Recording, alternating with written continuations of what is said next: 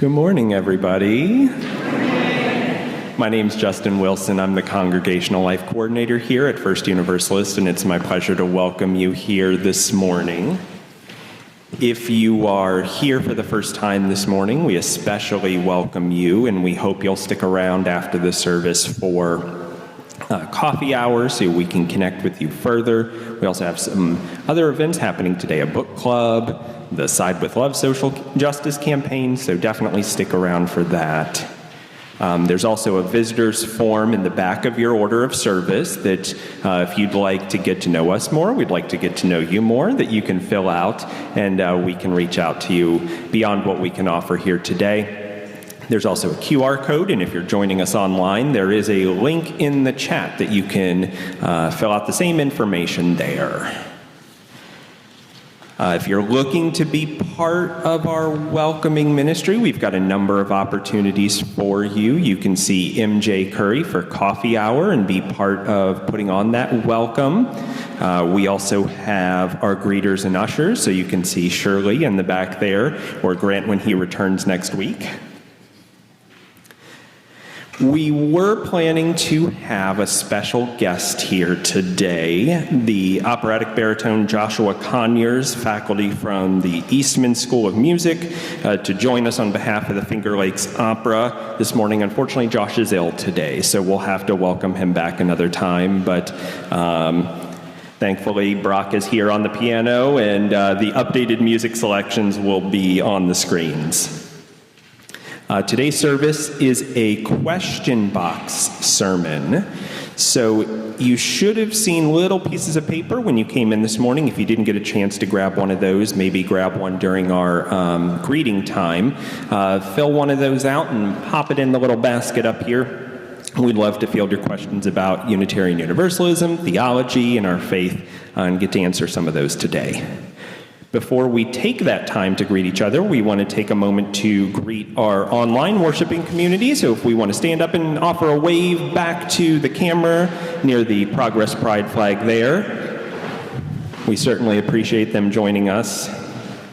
If you're online, feel free to pop a message or greeting into the chat, and we will also try to accommodate your questions for the question sermon later this morning. And if you're here in person, now is the time to take a moment to turn towards our neighbor and offer a greeting.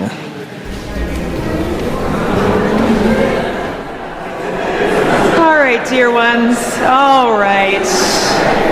All right, let us sing. Today's hymn is hymn number 1003, 1003, depending on how you want to call it, from our teal hymnal, Where Do We Come From? And thankfully, it's a whole hymn full of questions. So please rise in body or in voice, and we're going to sing through the four parts, just sort of one after the other, and then we are actually going to attempt to sing all four parts at the same time. Are you ready? Yeah.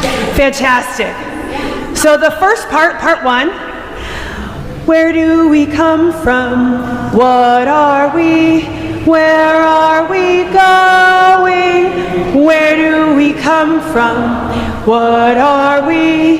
Where are we going? Where do we come from? What are we?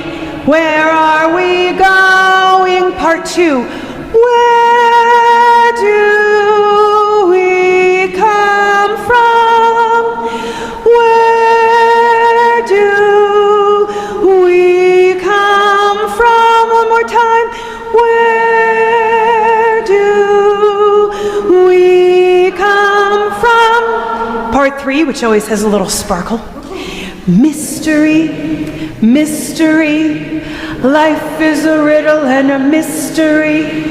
Mystery, mystery. Life is a riddle and a mystery. Mystery, mystery.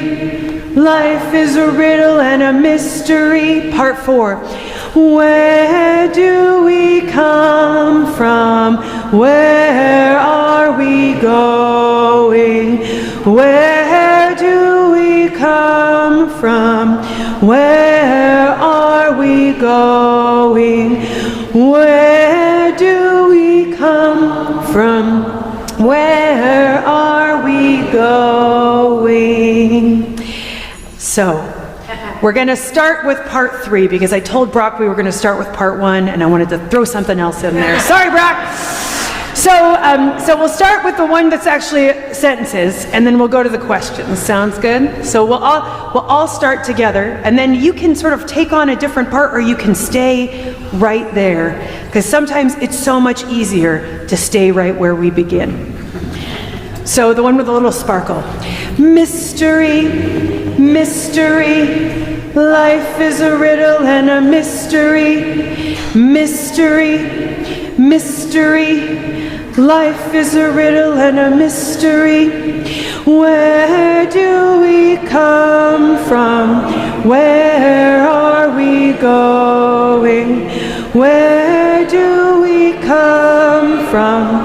Where are we going? Where do we come from? What are we? Where are we going? Where do we come from? What are we? Where are we going? Where do we come from?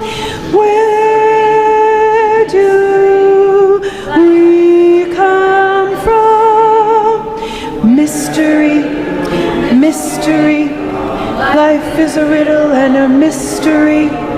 Mystery, mystery, life is a riddle and a mystery. Mystery, mystery, life is a riddle and a mystery. Mystery, mystery, life is a riddle and a mystery. Mystery, mystery, life is a riddle and a mystery. Mystery, mystery, life is a riddle and a mystery. Wow, I think that's our best time ever doing it, y'all. Beautifully done. Thank you. Please be seated.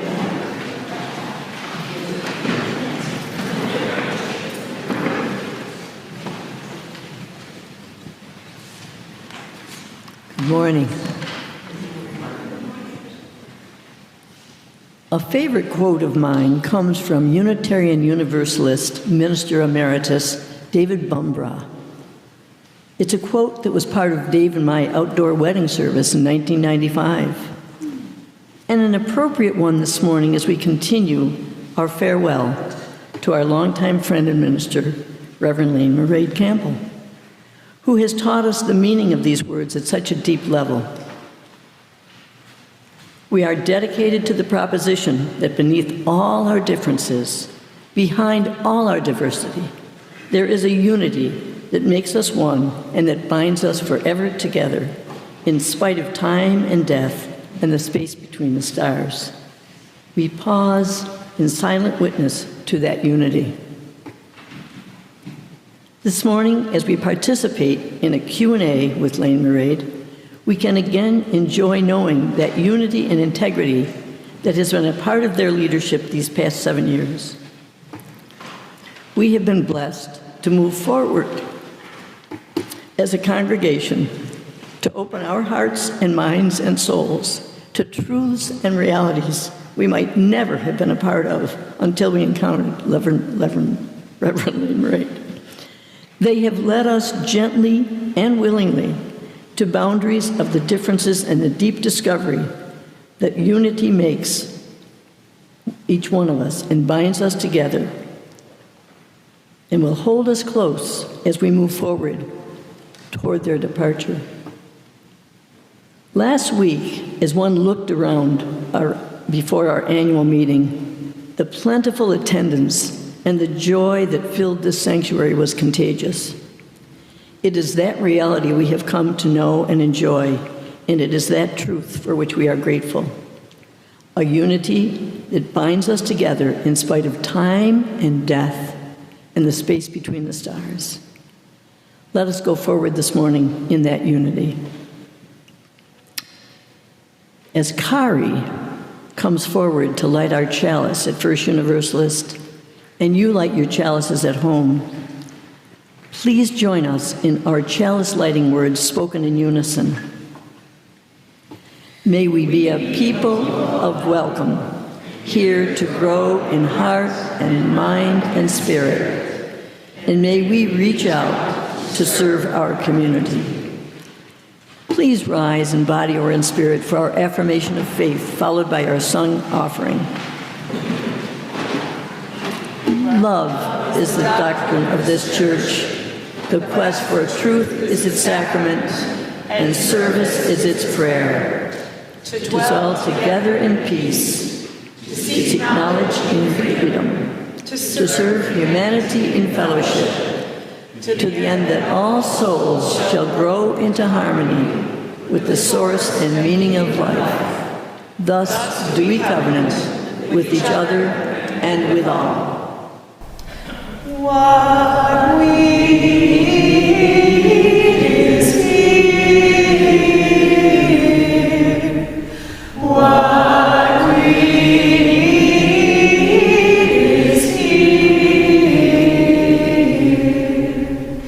What we need is here. What we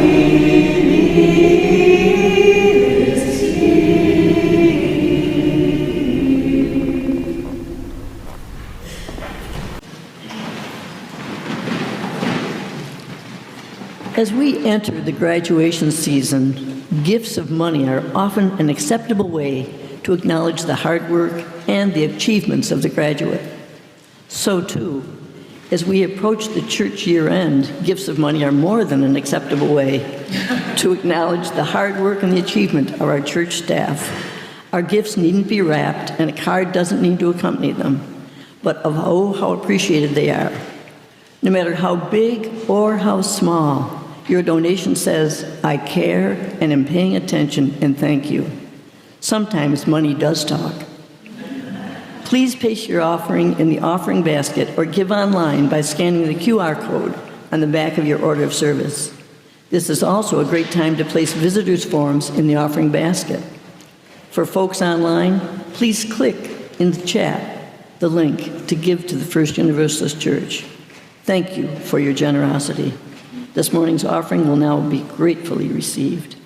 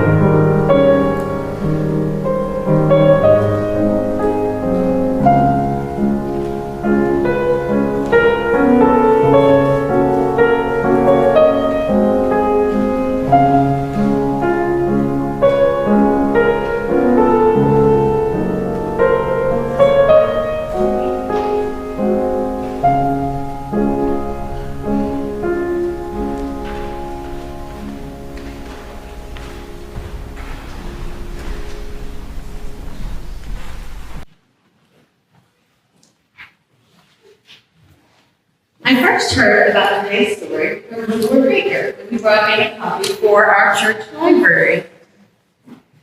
What do you do with an idea? Written by Colby Yamada and illustrated by May Besson. But Michelle, your mic is not.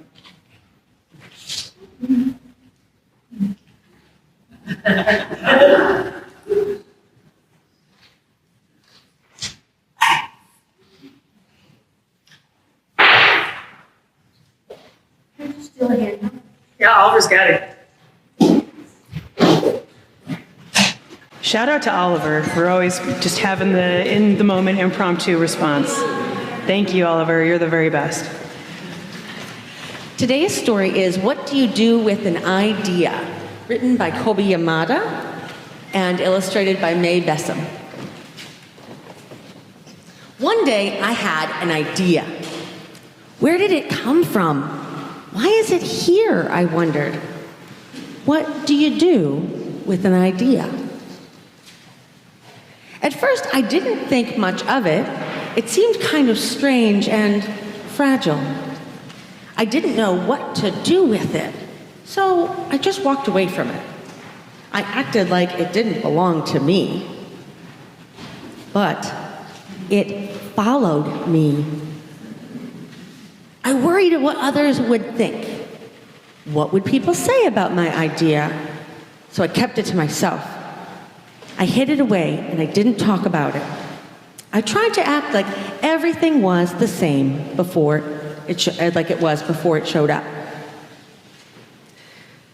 But there was something magical about my idea. I had to admit, I felt better and happier when it was around. It wanted food. It wanted to play. Actually, it wanted a lot of my attention. It grew bigger, and we became friends. I showed it to other people, even though I was afraid of what they would say. I was afraid that if people saw it, they would laugh at it. I was afraid that they would think it was silly. And many of them did. They said it was no good. They said it was too weird. They said it was a waste of time and that it would never become anything. Anybody ever had that experience before? Well, it just says, Mom, you're so weird. I'm like, yes, I'm glad you have become aware of this. It took me many years to be comfortable with this. So. And at first, I believed them. I actually thought about giving up on my idea. I almost listened to them. But then I realized, what did they really know? This is my idea. No one knows it like I do. And it's okay if it's different and weird and maybe a little crazy. I decided to protect it, to care for it. I fed it good food, I worked with it, I played with it, and most of all, I gave it my attention. My idea grew and grew. And so did my love for it. I built a new house, one with an open roof where it could look up at the stars, a place where it could be safe to dream. I liked being with my idea. It made me feel more alive, like I could do anything. It encouraged me to think big, and then to think bigger.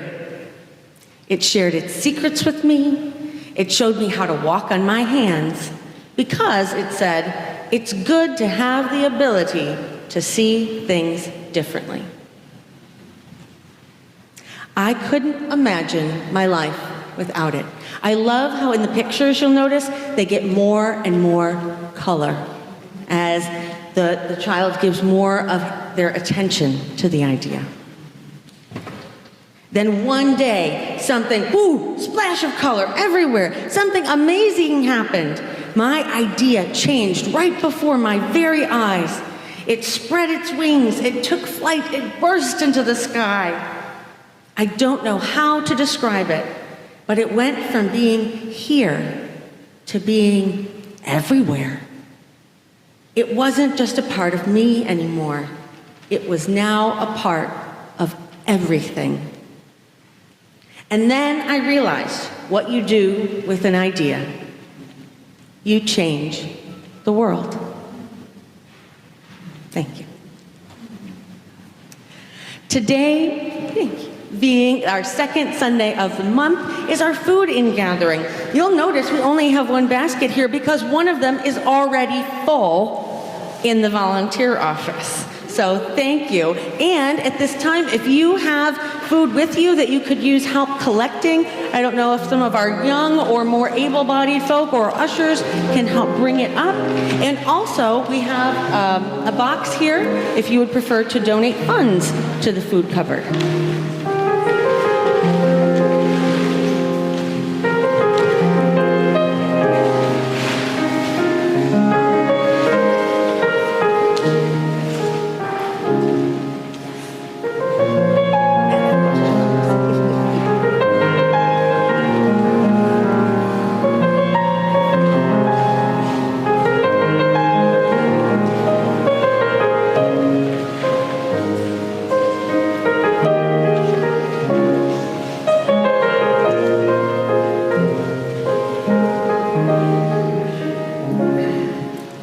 Thank you for all the ways you put your faith into action.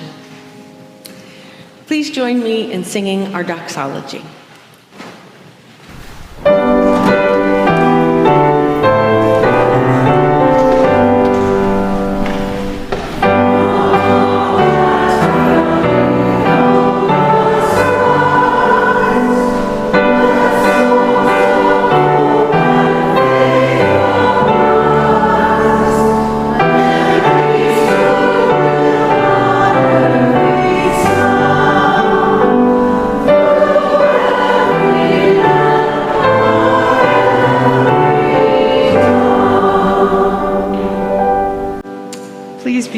Dear ones, as we enter into this reverent time of sharing the joys and the sorrows of our gathered community. So if you'd like to, you can place a hand over your heart to be able to listen from a heart-centered place. We know that so much is going on in our world today. And if you have joys or sorrows to share on behalf of our national, global, local community, you are truly encouraged to do so today and into the future. Let us keep these tender hearts and these hearts that are holding so much in good care with one another. As Elizabeth places stones into the bowl, I'm going to read aloud the joys and the sorrows of our gathered community, both in our book here submitted, those who have been submitted via email in advance, and through the chat for folks who are joining us online. Please share your joys and sorrows with us so we can bring them into this space and share them aloud. Today I have an amazing joy to share from Phil Ebersol. I am pleased to announce that I have married the love of my life. The beautiful, intelligent, and lovable Oiden. Full name, Oiden Posha Polatovna. I hope I'm pronouncing that correctly. Oh my gosh, Imam Kojeva Ebersol. I hope I did that correctly, and I apologize to you, Oiden, if I didn't. We have been friends for more than 22 years, and more than friends for the past few years. We were married in March in a private ceremony. Oiden is a naturalized American citizen born in Uzbekistan who presently teaches philosophy at Pennsylvania State University in State College, Pennsylvania. She is also a deputy head of the Philosophy of Athens Institute for Education and Research at Athens, Greece, where she delivered a research paper and led a symposium at their annual conference last week. Let's drop a stone for that too, Elizabeth.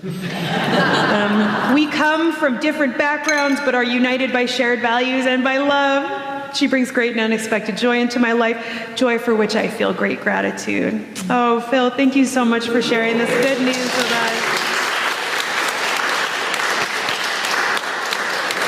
We join you with gratitude for your joys in this world and are grateful every time we are invited in to get to join you in those.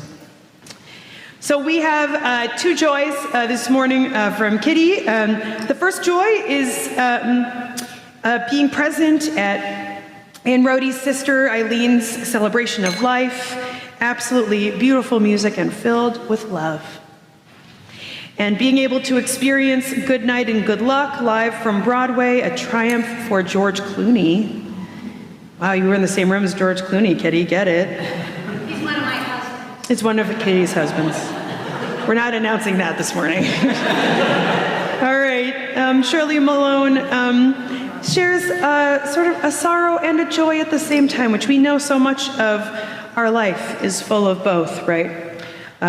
She says her brother-in-law is fine, but his car is probably totaled.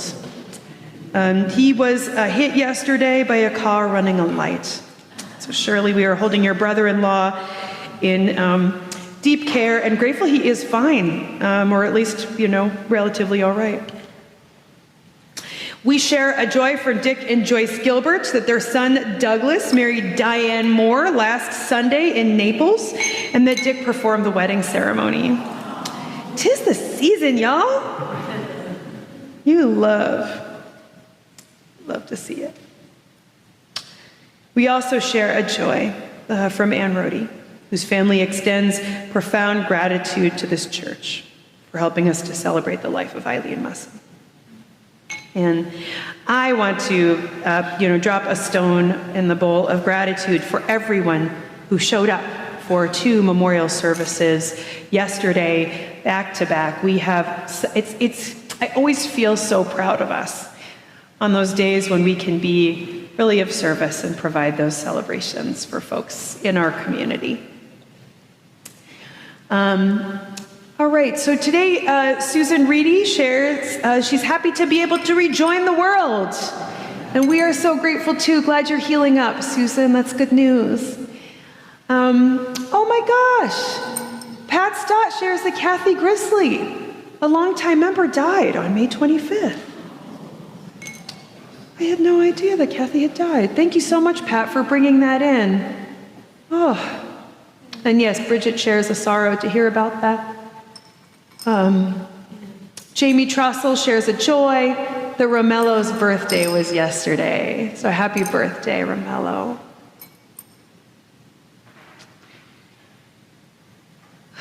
And so today we will also share in a community ritual to honor the many joys and the sorrows we bring into this space, whether read aloud or kept in the silent sanctuaries of our hearts. So in a moment, those here in person are invited to come forward to drop stones into the bowl.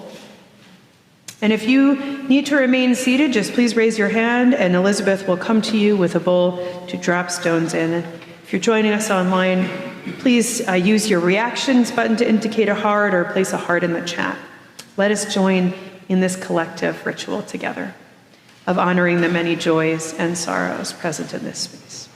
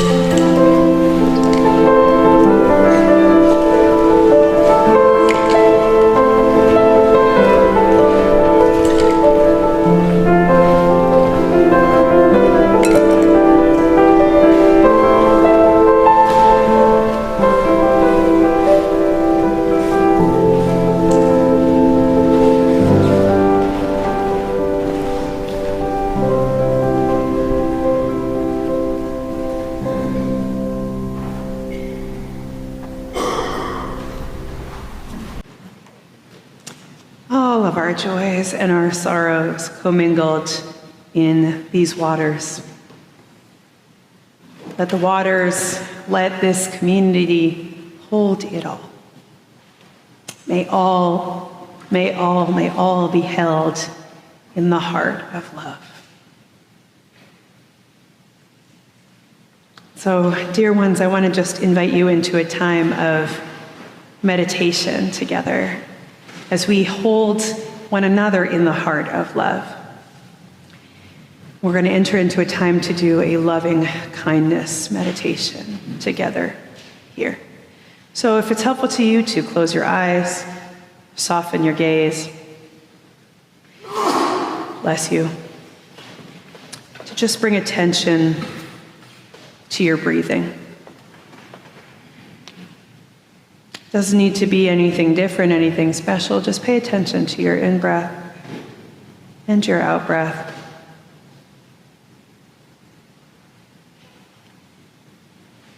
Allow your breath to bring your focus and your attention towards your heart center, towards this space of love that resides in each and every one of us.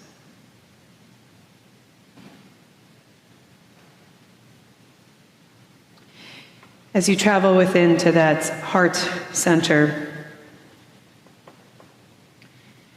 and as you pay attention to your own breathing, to your own body,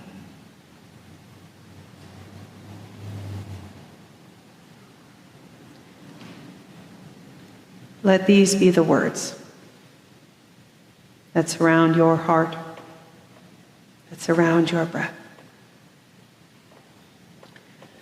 May I be filled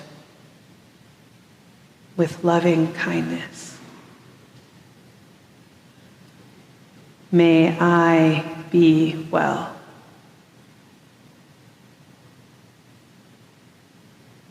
May I be peaceful and at ease. May I be whole.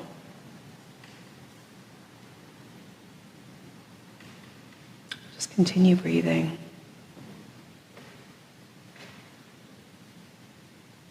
Keeping the focus on your heart center.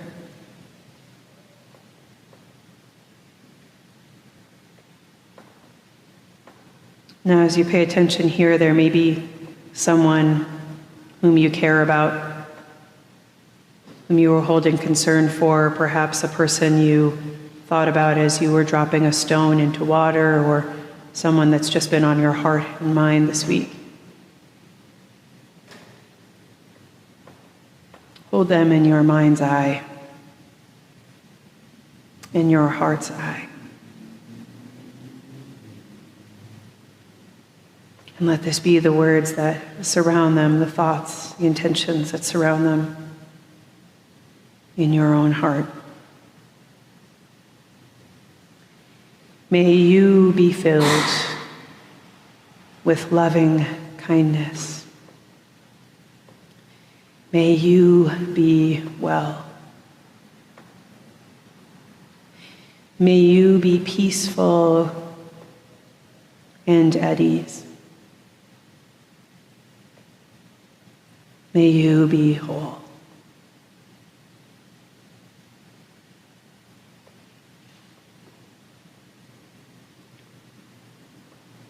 As we continue our breathing and focusing on our heart, I want to invite you to bring somebody to mind who is here in this room with you.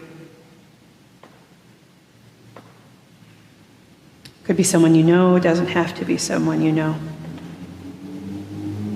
Could be someone just whose face can come easily to your mind because you literally just saw them. But let us hold them in our mind's eye, in our heart's eye. And let these be the words that surround them. May you be filled with loving kindness. May you be well. May you be peaceful and at ease. May you be whole.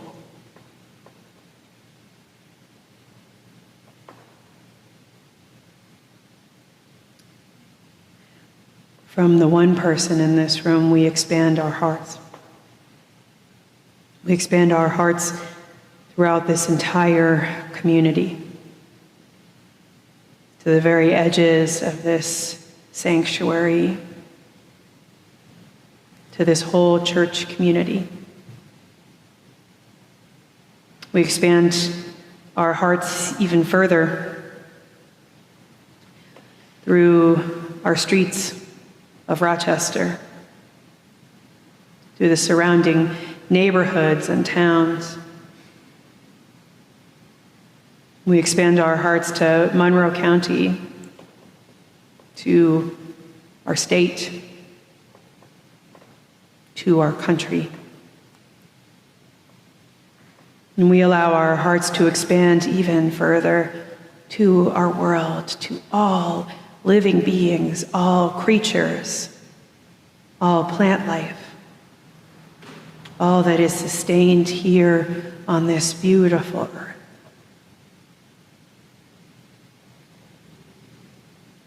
And as we expand our hearts, we hold these intentions for us all. May we be filled with loving kindness. May we be well.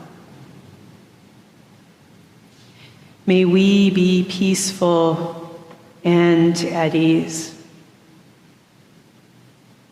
May we be whole.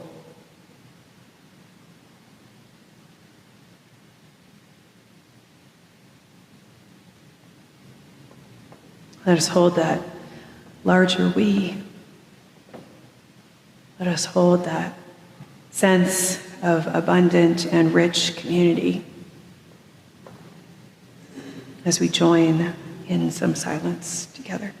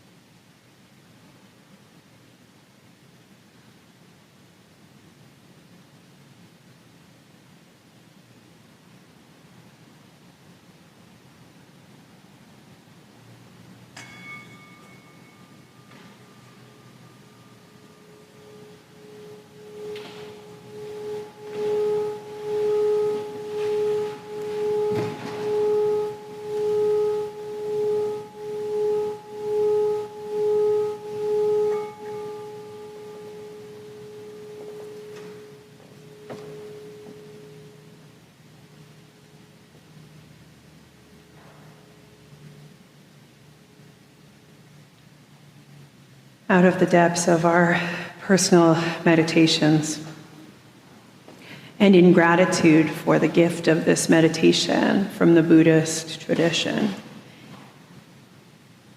And then gratitude for those who are here together, recognizing that we come here both to give and to receive. Let us sing our hymn of contemplation, hymn number 402, From You I Receive, and we'll sing it through 3 times.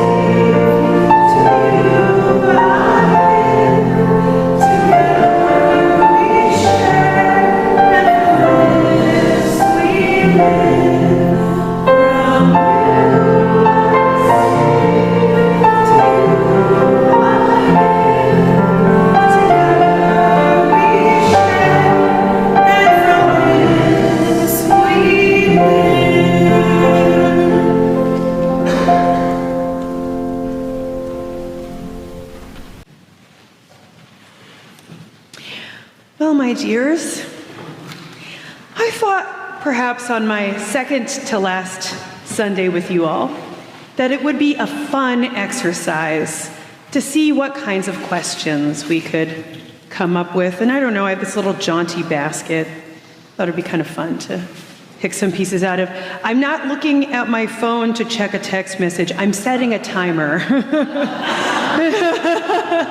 Because I don't want to keep us here all day. And as I know that, in Unitarian Universalism, to question truly is an answer. We are also oftentimes known as the people whose, catchphrase is, I have a comment more than a question. So thank you all so much this morning for actually submitting questions. I wonder if there will be any comments in the basket. One can only hope. But I figured, why? This doesn't always have to be about what my ideas are for what you all want to hear. So let's pull out some questions and see what you want to hear about. Also recognizing I don't hold the answers to all of the questions. And so thankfully, Oliver gave Reverend Michelle this handheld mic, and I might just turn it on you at one point. So we'll just see. These are so good. Okay, so what is the source and meaning of life? What is it?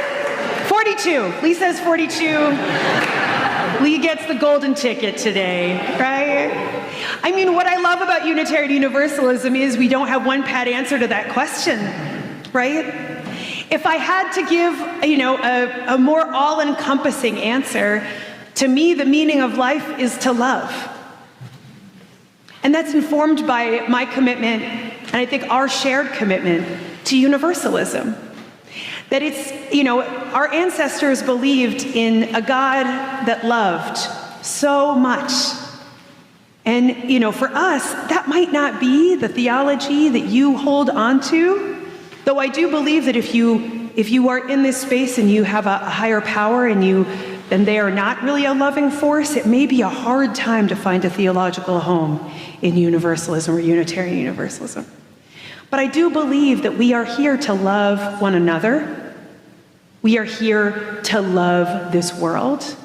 And that out of that sense of love comes ideas, creativity, our justice commitments.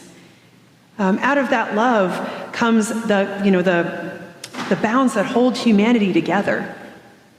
And it's also where we get our collective sense of right and wrong. And so when things are counter to love, which we're sitting with a lot of right now, right? Or counter to our sense of love. That's where we have to go back to. And so to me, love is our source, and love is what we're here to do. But it's also 42, so. So this is interesting. I was hoping not to get too many questions about myself, but I will share just one thing. So somebody said, what music do you find most inspiring and most comforting? And, you know, quite frankly, the music I find most comforting is usually whatever Brock is playing. It's honestly very true. I don't oftentimes listen to music for a sense of comfort. And this may not surprise those of you who have been in this congregation for a bit, but if you're new here, one of the things that I love is to dance. And so really, like, the music that I usually listen to is like really trashy dance music. And so that's what I listen to the most. Do I feel inspired by it? Maybe inspired to dance? But you know, I listen to like a lot of house music and hip hop and stuff that's really not that spiritually nourishing. I come to church to be spiritually nourished by music. So it's oftentimes, you know, it's just whatever the choir's singing is really where I get my sense of ease and comfort, or whatever the Rohde family is singing yesterday during that. That was so good. Lee has asked for my opinion on One Piece. Does anybody know what that is? Oh, there we go. Yeah, some folks back there know. So I hate to tell you, but I've never watched it. Am I missing out? Am I missing out? Yeah, okay. Well, what's it on? Oh, Netflix. It's on Netflix. Okay. So I'm sorry, I don't have an opinion. What's the opinion back there? Do we have any opinions on One Piece? Anybody? Yay, nay, like it, love it? Give it a try. It's inspiring. The children love it. It's great. So if I want to be connected to the children and the youth, I got to get on there. Oh my gosh. Wow. So theologian. Oh my gosh. The theologian, Frederick Bruckner. Is this you? No, my God. Somebody else is quoting a theologian. Somebody else is quoting a theologian, and it's not Dick Gilbert. Theologian Frederick Bruckner says that one's calling is where the world's great hunger and your great gladness meet. You do know the quote, at least, yeah. What then do you see as your calling going forward, with an asterisk, however it's appropriate to answer? So I appreciate this because I think there's a lot of questions about this happening in our congregation right now. You know, what is my calling moving forward? And so, you know, I'm going to tell you, it's going to be a little bit wacky and a little bit out there, but that might not come as a surprise to any of you. At least I hope we know each other that well. But, you know, so I am going to be leaving doing parish ministry. I'm going to be leaving doing parish ministry, and I'm going to be moving into doing some community-based witchcraft. As many folks are seeing, and as I came back from my sabbatical and shared with you all a couple of years ago, I do believe that a Unitarian Universalism that takes earth-based traditions seriously is a relevant Unitarian Universalism. And I do believe that in this time and in this world, we are seeing so many ways to be called back to traditions of the earth, cycles, seasons. We cannot avoid the change in our cycles and seasons right now, and how much it is affecting all of us. And so for me, that really has led to a calling. So I'm going to be doing like tarot readings at a local independent bookstore. I already started doing that a couple of months ago. I'm going to be teaching classes in our community. I'm going to be doing one-to-one spiritual care. I'm going to be offering my services as both a wedding officiant and a funeral rites officiant with a more earth-based focus. And the real weird part of it is I'm going to be embroidering spells. I started an embroidery project during the pandemic while I was both ministering to this church and at home losing my mind, as many of you probably were as well. And I needed something to do with my hands, and this calling just sort of emerged. And so I will be displaying these pieces throughout Rochester over the course of the next however long, and have been doing work. And these usually come in the forms of patches, amulets filled with herbs, handmade bags, sachets to hold herbs, wall hangings, pocket spells. I'm working on one for my brother right now for his upcoming performance, which is based on Herman Melville's work and involves a really gruesome Moby Dick. It's really delightful. Oh! What would be the best way to learn about the history and goals of the church? What websites? Actual books? People to speak about it in the congregation? So what? Karen Dow. Yeah, so Karen Dow is not here today, but we have one of our former church archivists, Karen Dow, is a great person to know history in this congregation. Michael Scott, who is our upcoming board president, knows a lot of history of this congregation. MJ has been working with some of our archive materials. Is it okay to put your name out there, or would you now want to? MJ has been working with our archive materials and is actually working on getting them digitized and sent to the U of R, right? Yeah? What? Not digitized, but sent to the U of R. So they'll be more available, actually. So you can actually go to the University of Rochester to access our archives eventually, not today. Websites that I would look at, a great website is yet another Unitarian Universalist blog. That's what it's called. And the man who does it is actually a minister of religious education, and he has incredible commentary on UU history, UU theology, and then books.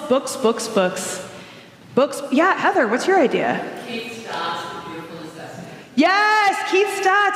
So we have The Beautiful Necessity, and we have, so here we actually have a book of First Universalist history, that he submitted to, and one of our former ministers, Mark Morrison Reed, submitted to. God, I think The Beautiful Necessity is his chapter in it, but what is the book called?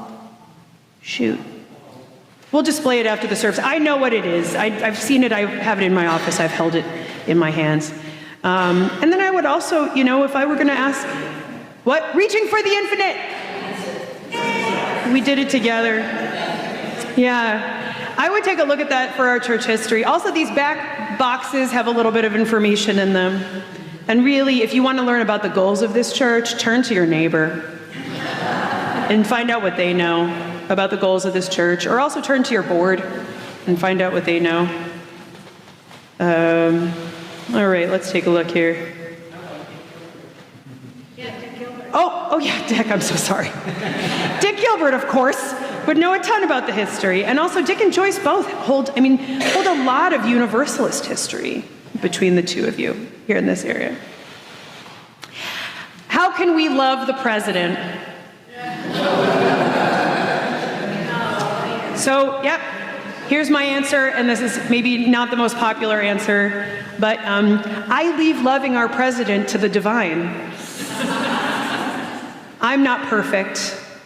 You're not perfect. We're not saints. Unless somebody's got something going on here I don't know about.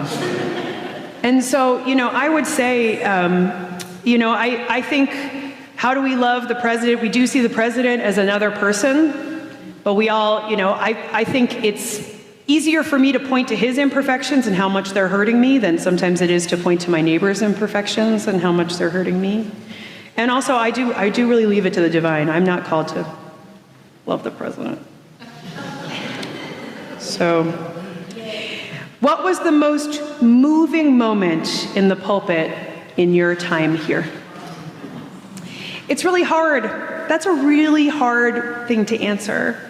Because there's been so many, and I guess one of the pieces I would lift up, and I don't really have a most, so there might be a couple.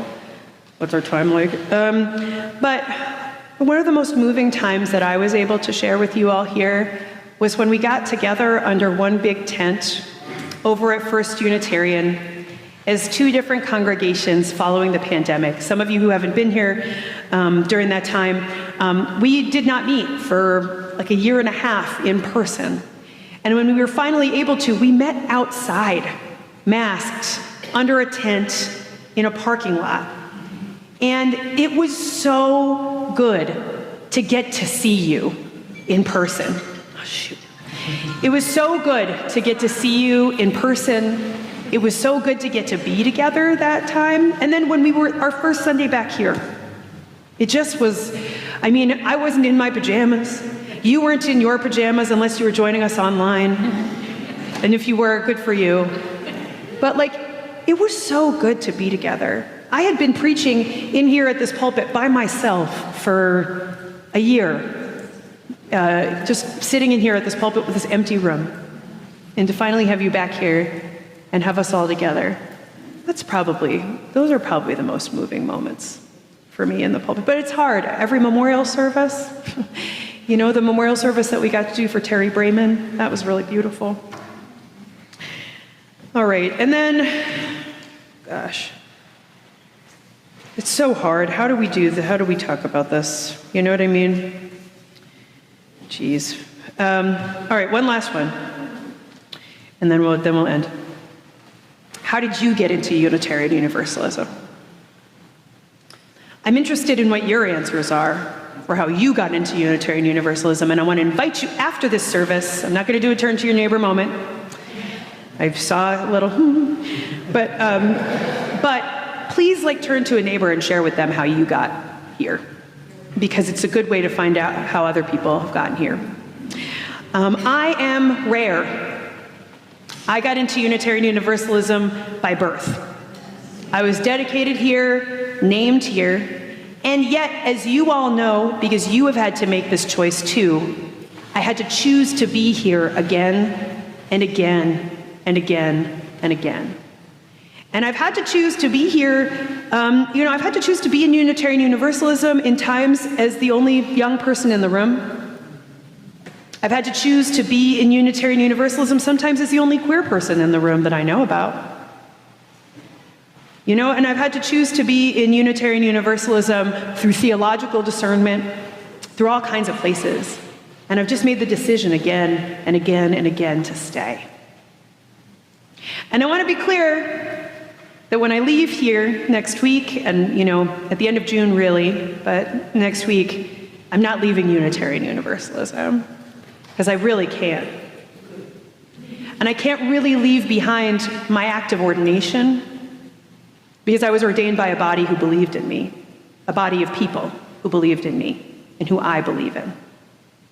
And so this is not a time where it's a full break with Unitarian Universalism. It's not, it's not a rejection wholesale. It's just a different calling in a different place. But I will still, of course, always be a part of Unitarian Universalism. There's no other way. I'm also leading a workshop on addiction in January for my colleagues. There's no way that I'm leaving Unitarian Universalism. I think that's where we'll end it. Unfortunately, I wish we could answer all of these questions, but maybe I'll leave them out, if you don't mind, maybe I'll leave them out on top of the piano for folks to look at on your way out if you're curious about what other people were wondering about. So now comes the time in the service where I've forgotten what our closing hymn is, but I'm sorry. What are we doing? 1064. Oh, we're doing Blue Boat Home. Yeah, so please rise in body or in voice. We'll sing hymn number 1064, Blue Boat Home, a beautiful and a communal piece, right? So let us sing together.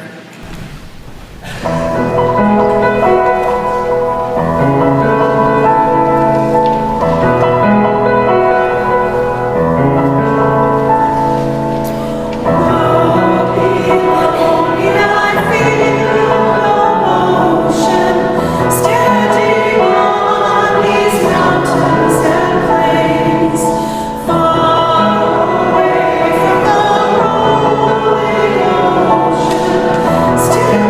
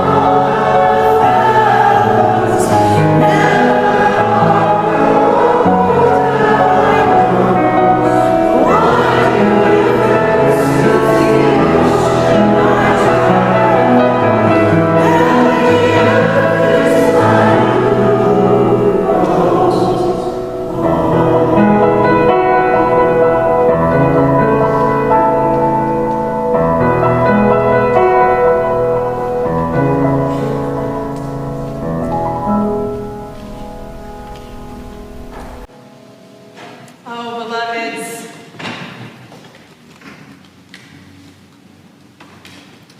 Can't seem to get this thing to work. Oh, beloveds, take a moment to place a hand over your heart and to just look around at who the pilgrims are with you along this journey. Take a look around you. As we speak our extinguishing chalice words together, remember we are speaking them together. Remember that the first word is we. We extinguish this flame, but we keep its light in our hearts with its message of love and justice, taking it outside these walls to the world we live in until we are together again. Pause here and remember who your ship's companions are. Pause here and remember where we expanded our hearts towards in our loving kindness meditation today. Feel the expansiveness of the love upholding us. Feel the love right here. And out of this place, this expansiveness, this beauty of all creation, may we know that within it, nestled within it, we ourselves are loved. And may we go and be that love to whomever we meet in the days, the moments, the weeks ahead. Go in love, dear ones. Amen? Amen.